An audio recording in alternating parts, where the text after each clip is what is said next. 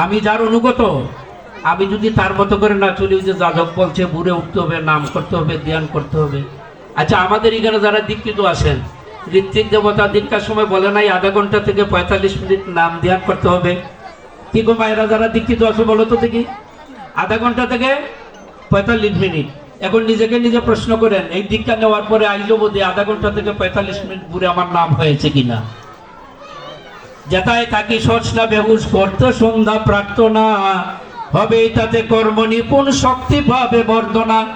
ঠাকুর বলছেন যেখানে যে অবস্থায় থাকো প্রার্থনা করো। আমি কি করি? আমরা তো রাস্তাঘাটে চলাফেরা করি, অনেক গুরু ভাইকে দিকে চার দোকানে বসে গল্প করছে, চা খাচ্ছে প্রার্থনার সময়।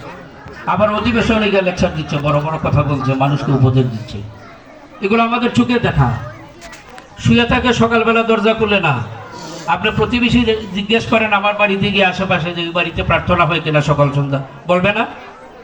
আর প্রার্থনা কি আসতে করে? প্রার্থনা তো আমরা হারমোনিয়াম বাজিয়ে করি, হারমোনিয়াম না থাকলে জুড়ে করি। আপনার বাড়ির লাইট